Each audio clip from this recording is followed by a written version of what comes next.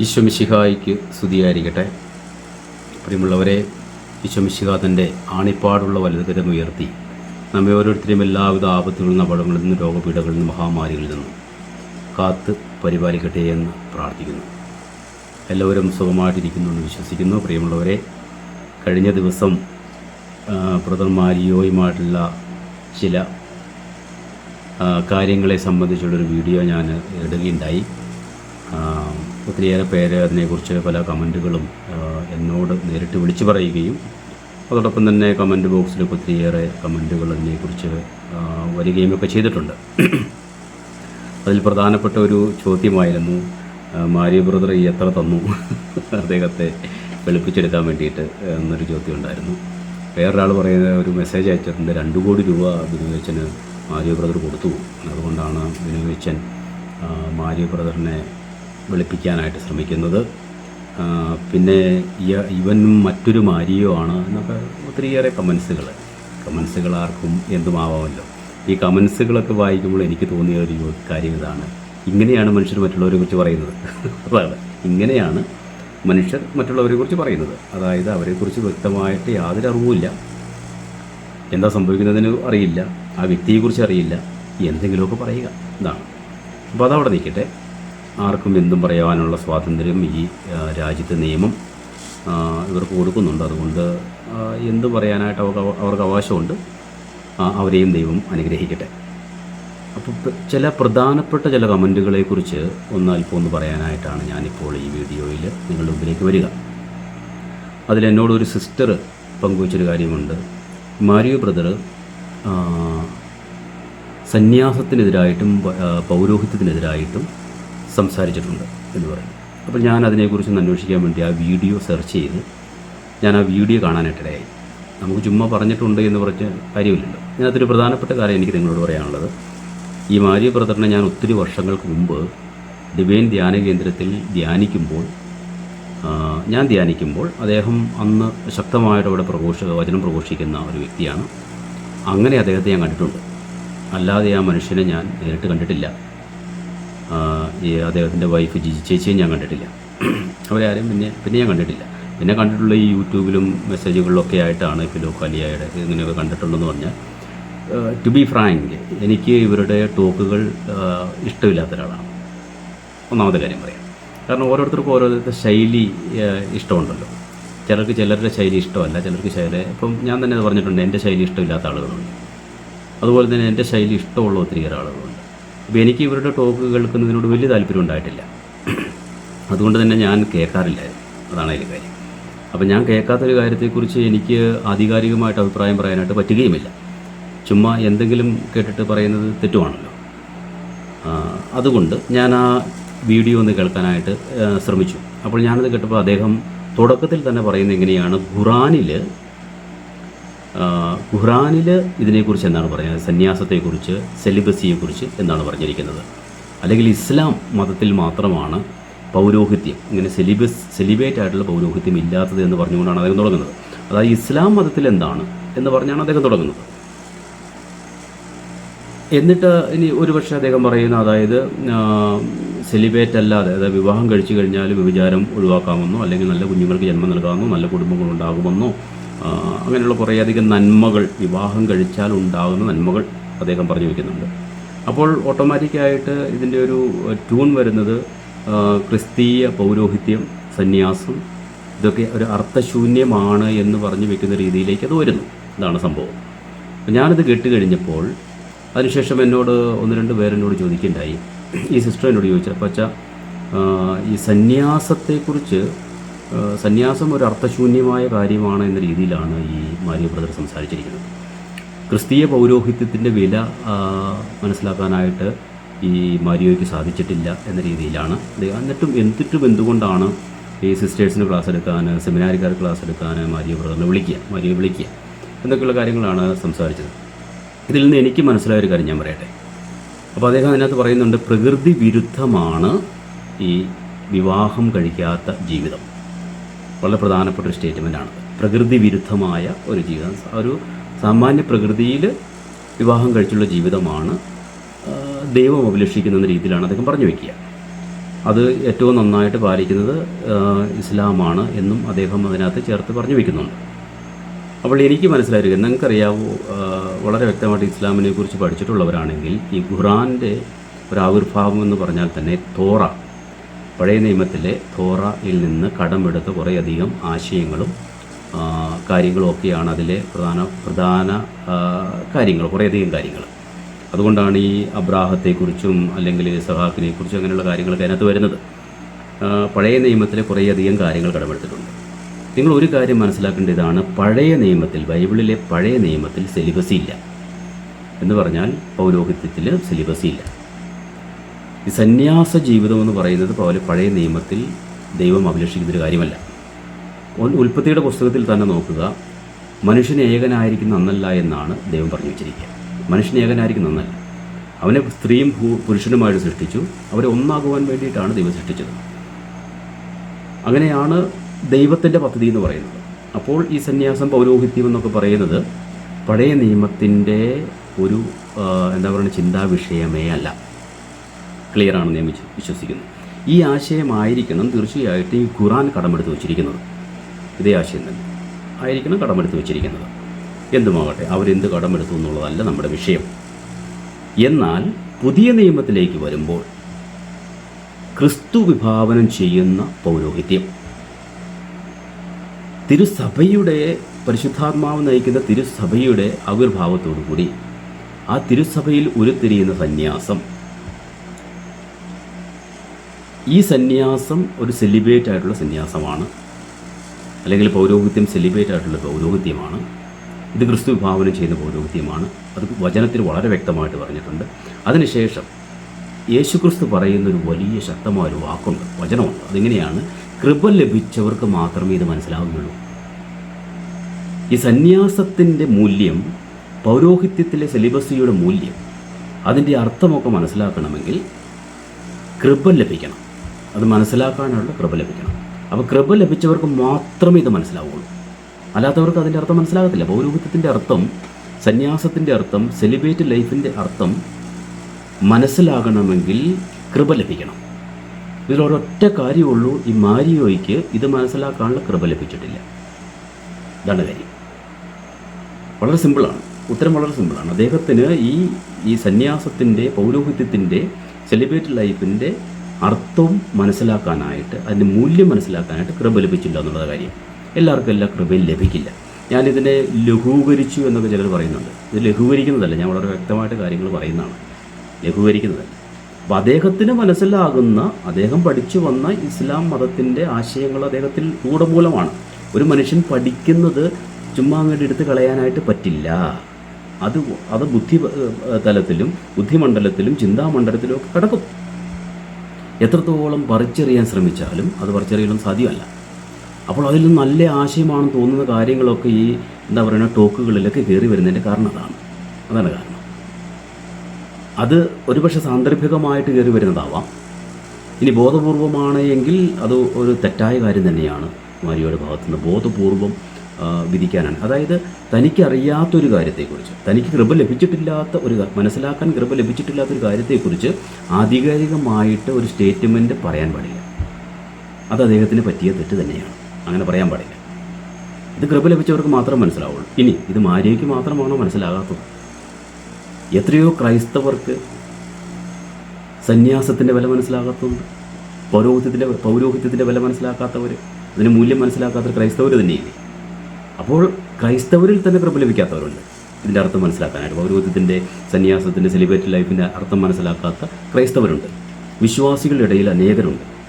കുറച്ചുകൂടെ കടന്നേ സന്യസ്തരുടെ ഇടയിലും പുരോഹിതരുടെ ഇടയിലും തന്നെ തങ്ങൾ സ്വീകരിച്ചിരിക്കുന്ന പൗരോഹിത്യത്തിൻ്റെ, സന്യാസത്തിൻ്റെ വില മനസ്സിലാക്കാതെ ജീവിക്കുന്ന എത്രയോ പേരുണ്ട്. ജസ്റ്റ് ഒന്ന് ചിന്തിച്ച് നോക്കിക്കുക.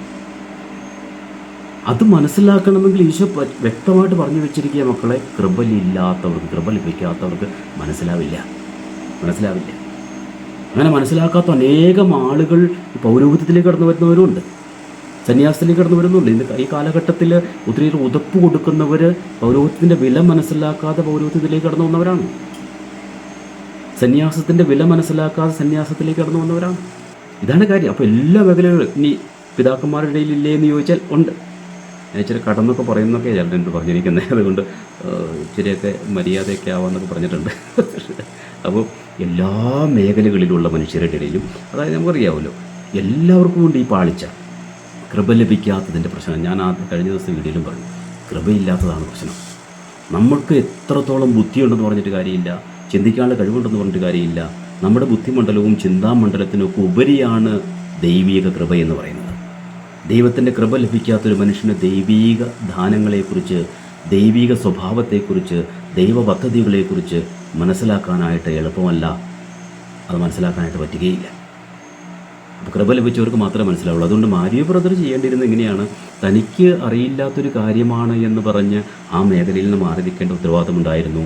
ഇനി അപ്രകാരമുള്ള ചില ക്ലാസ്സുകളൊക്കെ അദ്ദേഹം കൊടുക്കുമ്പോൾ അദ്ദേഹത്തെ ചിലരെന്നോട് ചോദിച്ചൊരു ചോദ്യം, അതും കൂടെ ഞാനായിട്ട് പറഞ്ഞു വയ്ക്കാനായിട്ട് ഞാൻ ആഗ്രഹിക്കുകയാണ്. മാരിയോ ബ്രദറിൻ്റെ തുടക്കം മനോഹരമായിരുന്നു. അതിനുശേഷം അദ്ദേഹം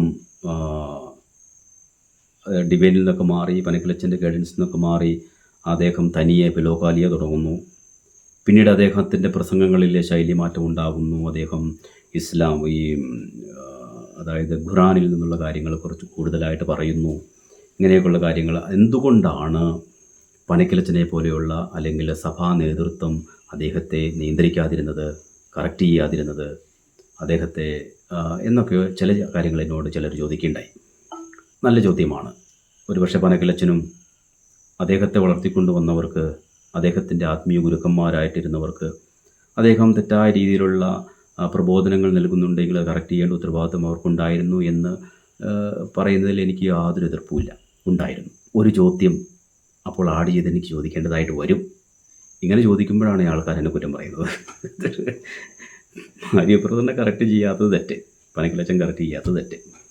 പക്ഷേ ഒരു ബിഷപ്പിൽ നിന്ന് പട്ടം സ്വീകരിച്ച ഒരു പുരോഹിതൻ ആ ബിഷപ്പിനെതിരായിട്ട് വ്യാജരേഖ ഉണ്ടാക്കുന്നു, ആ ബിഷപ്പിനെതിരായിട്ട് കുതന്ത്രങ്ങൾ മെനയുന്നു, ആ ബിഷപ്പ് പറയുന്നത് കേൾക്കാതെ ജീവിക്കുന്നു. ആ പിതാവിൽ നിന്ന് കിട്ടേണ്ട അല്ലെങ്കിൽ ഇത് കിട്ടുന്ന നിർദ്ദേശങ്ങൾ പാലിക്കാതെ ജീവിക്കുന്ന, അനുസരിക്കാതെ ജീവിക്കുന്ന അനേകം പുരോഹിതരുള്ളിടത്ത്, സന്യാസ സഭയുടെ നിയമങ്ങളും ചട്ടങ്ങളും പാലിക്കാതെ തോന്നിയാസം ജീവിക്കുന്ന സന്യസ്തരുള്ളിടത്ത്, അവരെ നിയന്ത്രിക്കാൻ ആർക്കും പറ്റാതിരിക്കുന്നൊരു സാഹചര്യമുള്ളിടത്ത് മാരിയോ ബ്രദറിനെ പനക്കിലച്ചൻ നിയന്ത്രിക്കണമായിരുന്നു എന്ന് പറയുന്നത് എനിക്കറിയില്ല. ഒരുപക്ഷെ മാരിയോ ബ്രദർ ഒരു വൈദികനോ ഒരു സന്യസ്തയൊന്നും അല്ലാത്തത് കൊണ്ട്, ജിജി ഒരു സന്യസ്തയോ അല്ലാത്തത് കൊണ്ട് ഒരുപക്ഷെ പനക്കിലച്ചൻ നിയന്ത്രിച്ചിരുന്നെങ്കിൽ അദ്ദേഹം ആ നിയന്ത്രണത്തിന് വിധേയപ്പെടുമായിരുന്നു എന്ന് വിശ്വസിക്കാൻ ഞാൻ ആഗ്രഹിക്കുകയാണ്. നല്ല കാര്യമാണ്. അങ്ങനെ അപ്രകാരം പനക്കിലച്ചന് സാധിക്കണമായിരുന്നു എന്ന് തന്നെയാണ് എൻ്റെ ആഗ്രഹം. അതുപോലെ തന്നെ സജിത്ത് ബ്രദറിനെയും ഒക്കെ നിയന്ത്രിക്കുവാനായിട്ട് ഈ പനക്കിലച്ചന് സാധിക്കണം. പനക്കിലച്ചനിൽ ഇല്ലാത്തൊരു കൃപ എങ്ങനെയാണ് സജിത്ത് ബ്രദറിലുള്ളത് എന്ന് സാമാന്യ ബുദ്ധിയാൽ പലരും ചിന്തിച്ചു പോകുന്നുണ്ട്. സാമാന്യ ബുദ്ധിയാൽ അതിനെക്കുറിച്ച് ആ മേഖലയിലേക്ക് ഞാൻ കിടക്കുന്നില്ല. പിന്നീട് ഒരിക്കലും എപ്പോഴെങ്കിലും സാഹചര്യത്തിൽ കിടക്കേണ്ട സാഹചര്യം വന്നാൽ കിടക്കാമെന്ന് തന്നെ വിചാരിക്കുന്നുണ്ട്. സജിത്ത് ബ്രദറിൻ്റെ കാര്യം അത് മറ്റൊരു കാര്യമാണ്. ഇതുപോലെ തന്നെ മറ്റൊരു കാര്യമാണ്. ഒത്തിരിയേറെ വിചിന്തനങ്ങൾക്ക് വിധേയമാക്കപ്പെടേണ്ട മറ്റൊരു കാര്യമാണ്. അപ്പോൾ മാരിയോ ബ്രദർ പറഞ്ഞ ഈ ഒരു കാര്യം എന്ന് പറഞ്ഞാൽ സന്യാസത്തെ അവഹേളിച്ചു, പൗരോഹിത്യത്തെ അവഹേളിച്ചു എന്ന് പറയുന്നു. പക്ഷേ അദ്ദേഹം പരിശുദ്ധ കുർബാന സ്വീകരിക്കുന്നില്ല, പള്ളിയിൽ പോകുന്നില്ല എന്നൊക്കെ കാര്യത്തിൽ അങ്ങനെ അദ്ദേഹം കൊടുത്ത എക്സ്പ്ലനേഷനിൽ അദ്ദേഹത്തിൻ്റെ ഇടവകയിൽ പോകുന്നുണ്ട് എന്നും അദ്ദേഹത്തിൻ്റെ വികാരിയച്ഛനോട് ചോദിച്ചാൽ അറിയാമെന്നും ഒക്കെ അദ്ദേഹം പറഞ്ഞു വയ്ക്കുന്നുണ്ട്. അതിൽ കൂടുതലൊരു എക്സ്പ്ലനേഷൻ ആ കാര്യത്തിൽ വേണോ എന്നുള്ള കാര്യത്തിൽ എനിക്കറിയില്ല. അദ്ദേഹം സഭയെ വേദനിപ്പിക്കാൻ ആഗ്രഹിക്കുന്നില്ല എന്ന് കണ്ണുനീരോടുകൂടി പറയുന്നൊരു വാക്ക് ഞാൻ കേട്ടു. സഭയെ മുറിവേൽപ്പിക്കാൻ ആഗ്രഹിക്കുന്നില്ല. ഈ മാരിയോ ബ്രദർ ഒച്ചത്തിൽ വിളിച്ചു പറഞ്ഞ യേശുക്രിസ്തു ഏകരക്ഷകനാണെന്ന് വിളിച്ച് പറയണമെന്ന് ഞാൻ കഴിഞ്ഞൊരു വീഡിയോ പറഞ്ഞായിരുന്നു. അത് ഒച്ചത്തിൽ വിളിച്ച് പറഞ്ഞില്ലെങ്കിൽ കൂടി മാരിയോ തുർക്കി എന്ന് പറയുന്ന മനുഷ്യൻ, ഇസ്ലാം പുരോഹിതനാകാൻ പഠിച്ചിരുന്ന മനുഷ്യൻ, ഇന്ന് ക്രിസ്ത്യാനിയായി മാരിയോ ജോസഫായിട്ട് ജീവിക്കുന്നുണ്ട് എങ്കിൽ ആ ഒരൊറ്റ ജീവിതം തന്നെയാണ് സാക്ഷ്യം.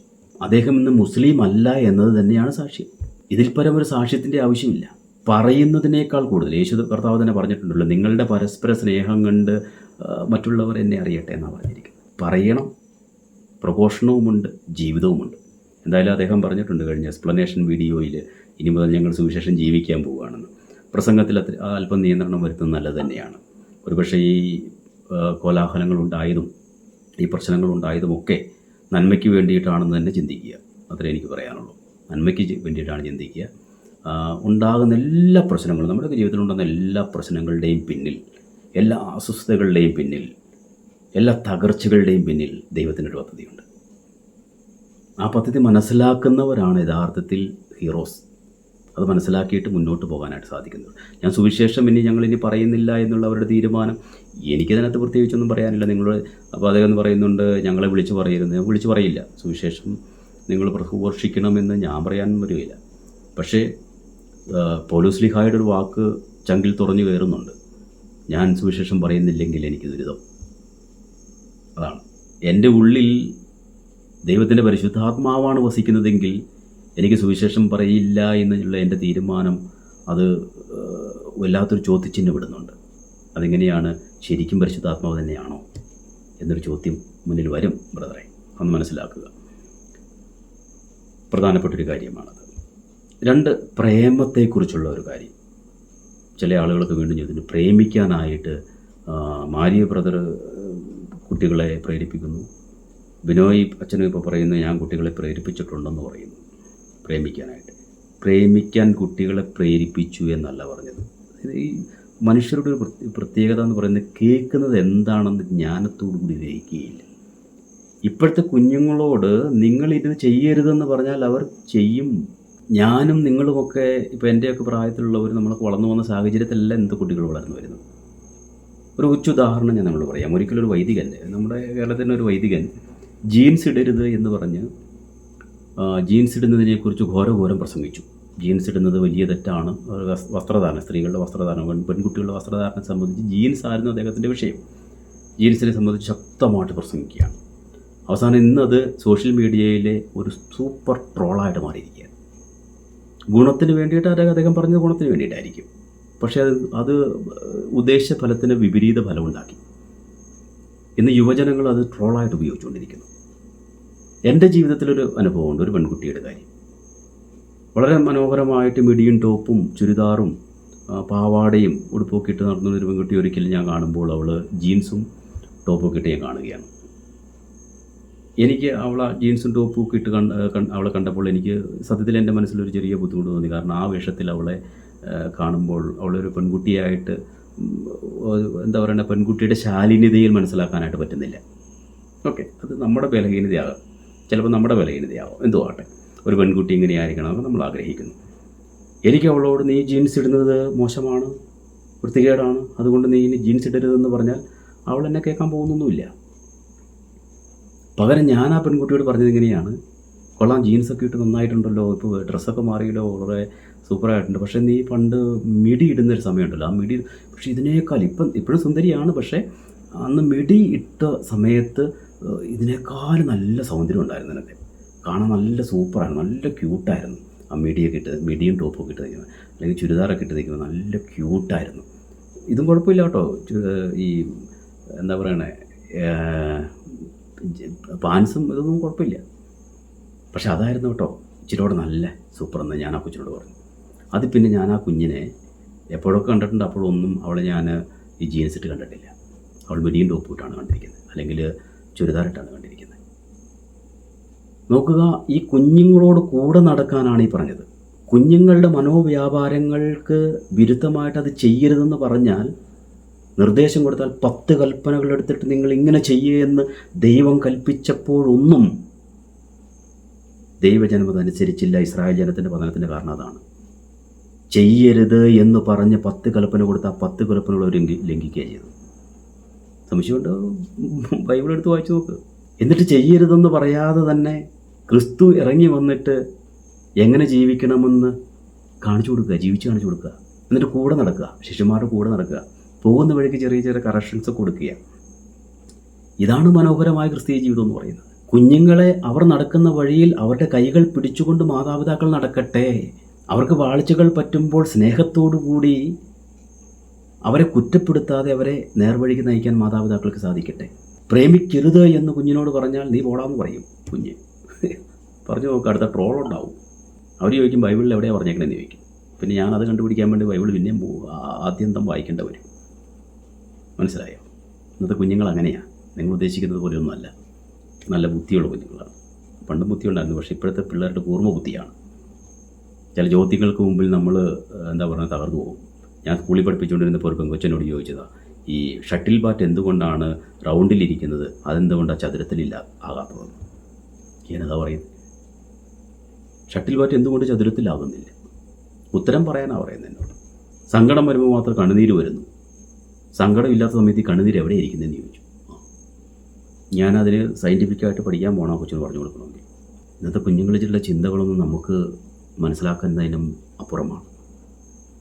അപ്പോൾ കുഞ്ഞുങ്ങൾ ഉപദേശിക്കുന്ന സമയത്ത് ആ കുഞ്ഞുങ്ങളുടെ കൂടെ നടന്നതിന് ശേഷം അവരെ പതുക്കെ പതുക്കെ മാറ്റിയെടുക്കാൻ പരിശ്രമിക്കുന്നതാണ് വിജയിക്കുന്നത്.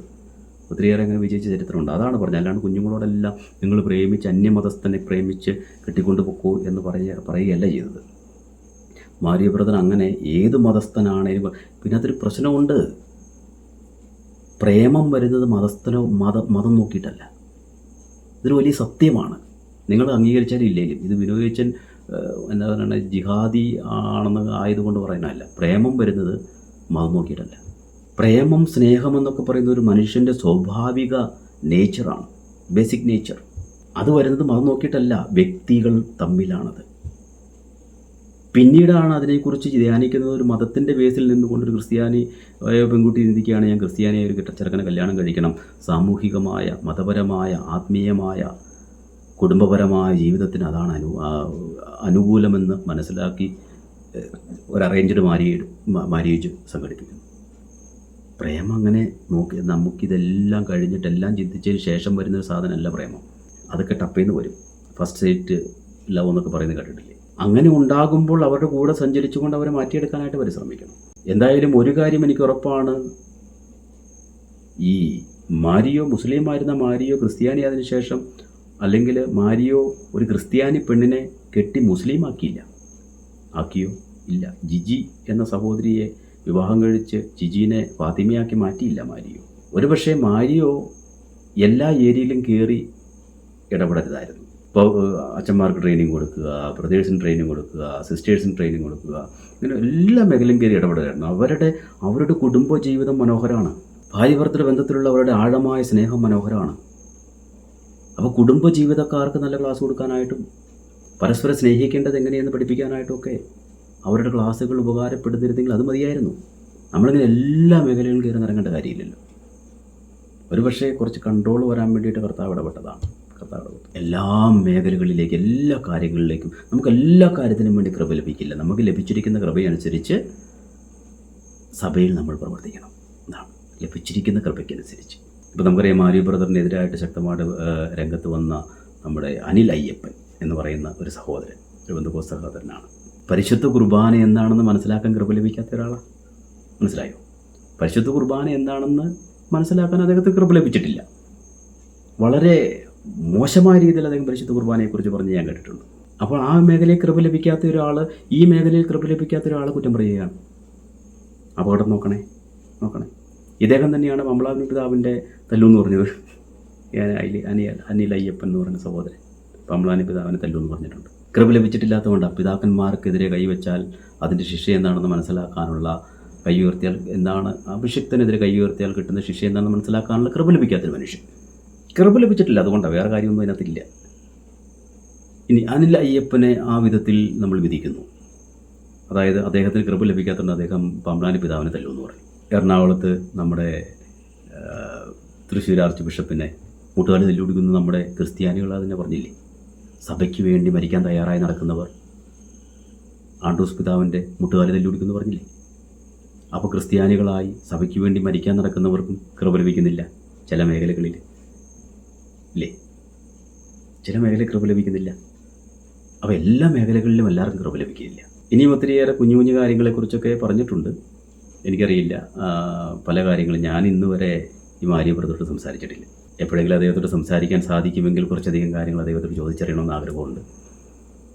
സംസാരിക്കാൻ സാധിക്കുകയാണെങ്കിൽ അത്രയേ ഉള്ളൂ. എനിക്ക് ആ മനുഷ്യനെ വ്യക്തിപരമായിട്ട് അറിയില്ല. ഞാൻ യാദൃച്ഛികമായിട്ടാണ് കഴിഞ്ഞ ദിവസം എനിക്ക് ആത്മാവ് പ്രകടനം നൽകുന്ന വീഡിയോ ഇടുന്നത്. ആ ദിവസം തന്നെ അദ്ദേഹം ഈ വിഷയത്തിൽ ഒരു കൗണ്ടർ എന്ന് പറഞ്ഞാൽ ഒരു എക്സ്പ്ലനേഷൻ കൊടുക്കുകയും ഇങ്ങനെയൊക്കെ സംഭവിക്കുകയും ചെയ്യുന്നുള്ള ഒരു കോയിൻസിഡൻസ് ആയിട്ട് ഞാൻ കാണുകയാണ്. എൻ്റെ മക്കളെ, കർത്താവ് നമ്മെ എല്ലാം അനുഗ്രഹിക്കട്ടെ.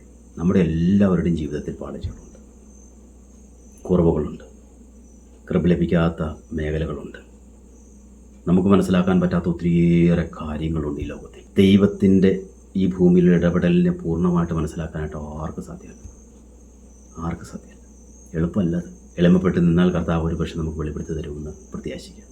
കർത്താവ് നമ്മെല്ലാവരും അനുഗ്രഹിക്കട്ടെ. ഈ രാത്രിയിൽ കർത്താവ് രാത്രിയിൽ നമ്മെല്ലാവരെയും അനുഗ്രഹിക്കട്ടെ. ശാന്തമായിട്ട് പരസ്പരം സ്നേഹിച്ചുകൊണ്ട് നമുക്ക് കിടന്നുറങ്ങാം. ഈശോ എല്ലാവരെയും അനുഗ്രഹിക്കട്ടെ. നമ്മുടെ കർത്താവ് ഈശോ മിശിഹായുടെ കൃപയും പിതാവായ ദൈവത്തിൻ്റെ സ്നേഹവും പരിശുദ്ധാത്മാവിൻ്റെ സഹവാസങ്ങളോട് ഉണ്ടായിരിക്കട്ടെ, ഇപ്പോഴും എപ്പോഴും എന്നേക്കും. ആമേൻ. ഈശോ മിശിഹായ്ക്ക് സ്തുതിയായിരിക്കട്ടെ.